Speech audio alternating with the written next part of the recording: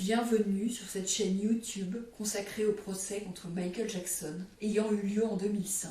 Sur cette chaîne, je résume le procès jour après jour en m'appuyant sur la retranscription du procès venant du tribunal de Santa Maria en Californie. Si vous ne l'avez pas déjà fait, je vous recommande fortement de visionner mes vidéos précédentes afin d'avoir une vision précise du déroulement de ce procès et de prendre connaissance de l'ensemble des informations.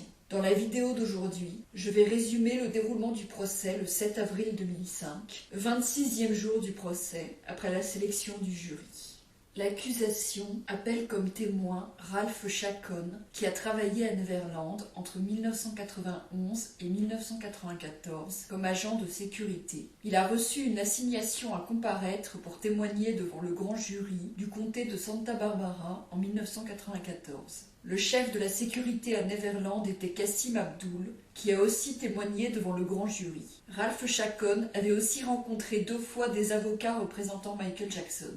Il a contacté M. Birchim du département des shérifs de Santa Barbara. Il dit qu'il aurait vu une scène inappropriée en 1992 ou 1993 pendant une nuit à Neverland. Il dit qu'il aurait entendu Michael Jackson et Jordan Chandler dans le jacuzzi à Neverland, puis qu'il serait sorti du jacuzzi et qu'il les aurait entendus sous une douche près de l'arcade. Il aurait regardé par la fenêtre et aurait vu Michael Jackson en train d'embrasser passionnément le visage de Jordan, ses lèvres, de sucer ses tétons et de lui faire une fellation.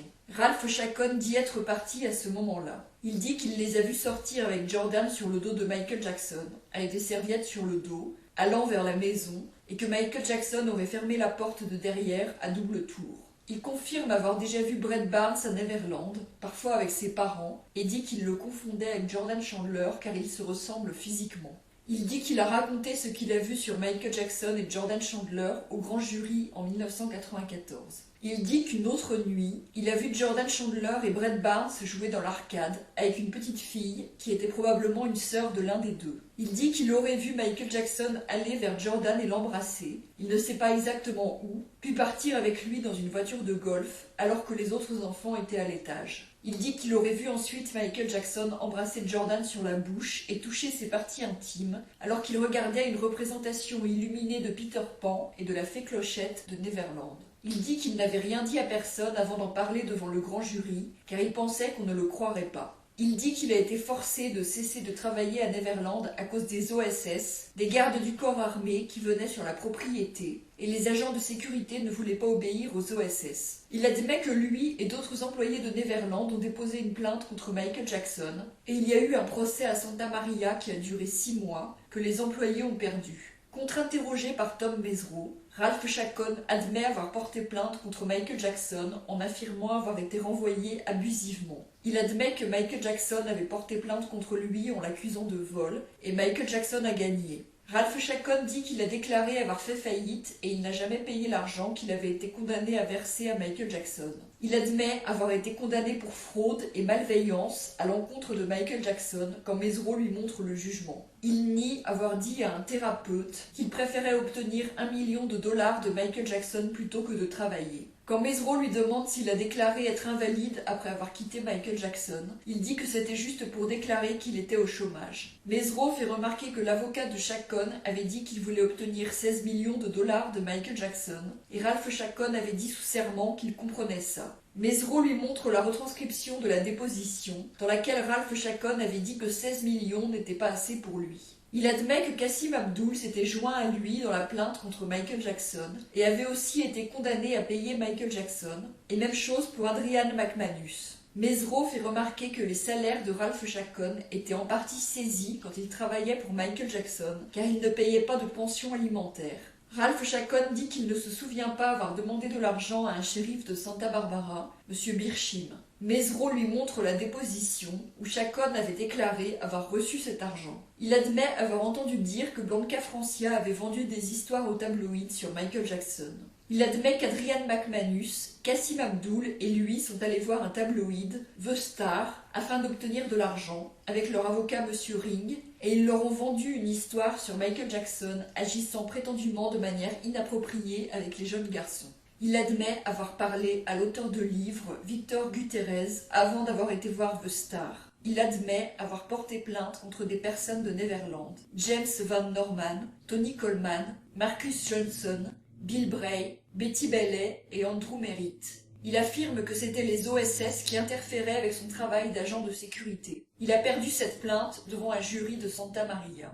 Il affirme qu'il était accusé d'avoir volé des bonbons au cinéma de Neverland, mais Mesereau fait remarquer que le jury l'a condamné pour avoir volé des biens d'une valeur de 25 000 $. Il nie avoir dit à sa propriétaire Linda Allen qu'il allait pouvoir la payer alors qu'il portait plainte contre Michael Jackson. Il nie avoir dit à Linda Allen qu'il allait être un témoin star contre Michael Jackson, qu'il serait dans Hard Copy pour parler de Michael Jackson, qu'il avait un permis de port d'armes parce qu'il était un témoin star contre Michael Jackson, qu'il allait gagner 2 ou 3 millions de $ avec sa plainte contre Michael Jackson, qu'il conduirait une Mercedes après avoir gagné sa plainte contre Michael Jackson. Il admet avoir ébauché une histoire pour le tabloïd Splash et avoir fait une interview avec Adrian McManus et Kassim Abdul pour Splash. Il admet que l'argent de Splash est allé à l'avocat Monsieur Ring pour sa plainte contre Michael Jackson. Il nie avoir dit à plusieurs personnes qu'il n'avait rien vu d'inapproprié à Neverland. Mesereau l'interroge sur le fait que son histoire a changé depuis son entretien avec les shérifs, mais Chacon nie avoir ajouté des détails salaces avec le temps. Il admet avoir dit récemment à Tom Sneddon qu'il avait de nouveaux faits à raconter qu'il n'avait pas dit en 1993. Il admet avoir été le premier employé à Neverland à aller voir les tabloïds pour vendre des histoires. Il admet avoir dit dans sa déposition qu'il avait droit à des dommages et intérêts parce que Michael Jackson l'avait regardé fixement. Quand Mesereau lui demande pourquoi il a dit ça, il répond « Je suppose juste pour le dire ». Il admet avoir dit que des employés de Neverland le menaçaient et Mesereau fait remarquer que le jury ne l'a pas cru. Il affirme qu'il n'avait pas parlé au shérif du prétendu comportement inapproprié de Michael Jackson, mais qu'il l'a fait pour la première fois devant le grand jury. Il admet qu'aucune poursuite criminelle n'a eu lieu contre Michael Jackson après son témoignage devant le grand jury de Santa Barbara, et même chose après son entretien sous serment à Los Angeles. Il admet s'être plaint du fait que d'autres agents de sécurité étaient mieux payés que lui à Neverland. Il admet qu'il ne serait pas choqué s'il apprenait que son avocat avait cherché à faire pression sur Michael Jackson en le menaçant de mauvaise publicité pour obtenir de l'argent. Il admet que lors de sa rencontre avec Tom Sneddon le 6 avril, celui-ci lui a dit quelles questions il allait lui poser et Ralph Chacon lui a dit ce qu'il allait répondre. Il admet que devant le grand jury de Santa Barbara, il n'avait pas dit tout ce qu'il a dit aujourd'hui. Il admet avoir dit qu'il était angoissé émotionnellement parce qu'il croyait que ses conversations téléphoniques étaient écoutées à Neverland. Il se souvient avoir dit sous serment qu'il ne savait pas si son téléphone était sur écoute. Il reconnaît s'être plaint parce que son dossier d'employé était consulté à Neverland par les OSS. Il admet avoir dit sous serment que Michael Jackson devait le dédommager pour le reste de sa vie, après que Mesereau lui a montré la retranscription de sa déposition. Il nie avoir volé une montre à Michael Jackson. Il dit qu'il n'a rien changé concernant sa description du supposé comportement inapproprié de Michael Jackson. Il dit qu'après avoir témoigné devant le grand jury, il a été menacé verbalement et que Tony Coleman, un OSS, a touché son arme devant lui. Il dit que Tony Coleman ne voulait pas suivre la procédure à propos d'un intrus venu à Neverland et il a touché son arme devant lui. Il dit qu'il a reçu des appels menaçants et il pensait que c'était l'OSS qui était derrière ces appels. Il a demandé un permis de port d'armes à M. Birchim et Tom Sneddon. Il admet avoir demandé de l'argent à M. Birchim pour sa femme. Il affirme n'avoir jamais été payé par Victor Gutierrez. Il affirme que dans le bureau où travaillait l'employé Sandy Doms à Neverland, il était possible d'écouter les appels passés au ranch. Il confirme qu'il voulait de l'argent à cause des problèmes qu'il avait eus avec les gardes du corps de l'OSS et sa plainte a été rejetée. Il admet avoir affirmé que 16 millions de $ n'étaient pas assez pour lui. Il admet que sa plainte contre Tony Coleman a été rejetée par un jury de Santa Maria.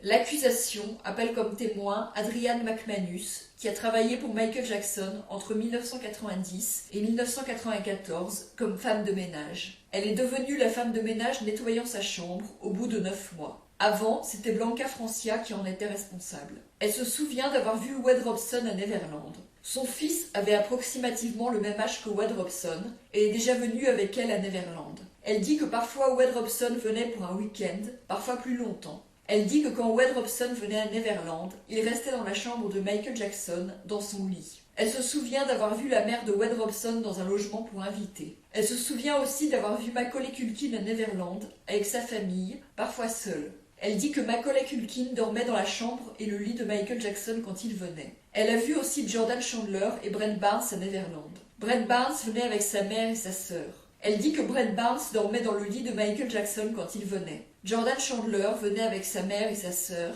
Ils dormaient dans le lit de Michael Jackson. Elle se souvient d'avoir vu Brett Barnes et Jordan Chandler en même temps à Neverland, au moins 2 fois. Elle affirme qu'elle aurait vu Michael Jackson avoir un comportement qui l'a inquiétée, avec Macaulay Culkin, Brett Barnes et Jordan Chandler. Elle dit qu'elle aurait vu Michael Jackson dans la bibliothèque embrassant Macaulay Culkin sur la joue et lui mettant la main sur la jambe et les fesses, et qu'elle est partie. Elle dit qu'elle aurait vu Michael Jackson mettre la main sur les fesses de Brett Barnes et l'embrasser sur la joue. Elle dit qu'elle aurait vu Michael Jackson dans sa chambre, embrasser Jordan Chandler sur la joue, puis la bouche, en ayant la main sur son entrejambe. Elle dit qu'elle n'a rien vu concernant Wade Robson. Elle dit qu'elle aurait parfois vu les sous-vêtements de Michael Jackson dans son jacuzzi, et ceux d'un petit garçon, qui pouvait être Brett Barnes ou Jordan Chandler, ou Macaulay Culkin. Elle dit que Macaulay Culkin faisait parfois des bêtises, comme jeter du popcorn et du soda à la tête de Michael Jackson, et que Jordan Chandler était impoli, par exemple quand il lui réclamait son linge propre. Elle dit que Brett Barnes était bien élevé, et que Wade Robson laissait du désordre. Elle dit que Michael Jackson ne cherchait pas à les discipliner. Elle dit qu'elle a raconté les événements dont elle aurait été témoin à son avocat, Michael Ring. Elle a fait une déposition devant des avocats représentant Michael Jackson et Jordan Chandler au moment de l'investigation sur l'affaire Chandler, et elle a dit qu'elle n'avait rien vu d'inapproprié. Elle dit qu'elle a dit ça car Michael Jackson l'aurait menacé de dire à Bill Bray ou Norma Stakos si elle faisait quelque chose qu'il n'aimait pas. Elle dit qu'elle aurait été harcelée par les gardes du corps de l'OSS et que c'est pour ça qu'elle aurait cessé de travailler à Neverland. Elle dit que Jimmy Van Norman l'aurait harcelée sexuellement en lui parlant de ses sous-vêtements au téléphone. Elle dit qu'elle a été harcelée sexuellement et qu'il y avait des menaces de mort contre elle par les gardes de l'OSS. Elle dit qu'elle a porté plainte avec Mélanie Bagnall, Kassim Abdul, Sandy Dobbs et Ralph Chacon.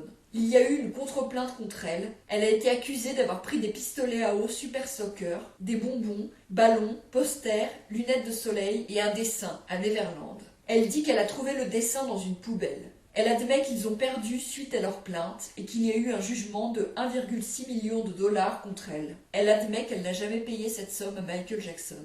Elle dit que lors de sa déposition pour l'affaire Chandler, elle n'a pas fait ses accusations, mais elle l'a fait dans une déposition pour la plainte des 5 employés. Elle admet avoir vendu une histoire au tabloïd de Splash et dit que l'argent a été à Michael Ring pour leur plainte contre Michael Jackson.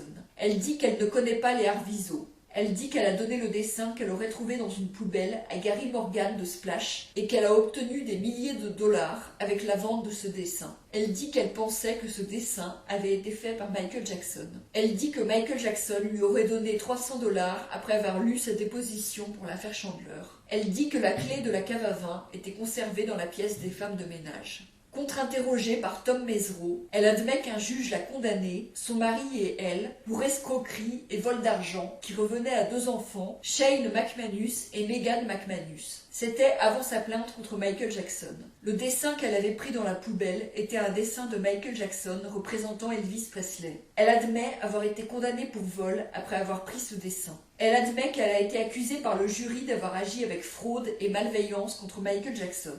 Michael Jackson avait déposé une contre-plainte contre les 5 anciens employés en accusant Adrian McManus de vol. Les 5 employés ont finalement été condamnés à payer plus d'1 million de dollars. Mesereau rappelle qu'Adrian McManus avait dit sous serment, lors de sa déposition en 1993 pour la plainte Chandler, qu'elle faisait confiance à Michael Jackson et laisserait son fils seul avec lui. Il rappelle qu'elle avait dit aussi qu'elle n'avait pas vu Jordan Chandler dans la chambre de Michael Jackson et qu'elle n'avait pas vu Brett Barnes se dormir dans la chambre de Michael Jackson. Elle avait dit qu'elle ne savait pas où Brett Barnes se dormait. Elle avait dit qu'elle avait vu 2 fois la mère de Jordan Chandler amener les vêtements de Jordan dans une valise dans la chambre de Michael Jackson, les sortir et les plier. Mesereau lui demande si elle admet avoir menti sous serment lors de sa déposition pour la plainte Chandler, et elle est donc amenée à confirmer. Elle admet avoir dit que Michael Jackson avait une alarme pour sa sécurité, car les gens aiment tuer les célébrités, et elle admet que c'était la vérité. Elle avait dit qu'elle n'était jamais là la nuit, quand Jordan Chandler était dans la chambre. Elle avait dit qu'elle n'avait jamais vu Michael Jackson au lit.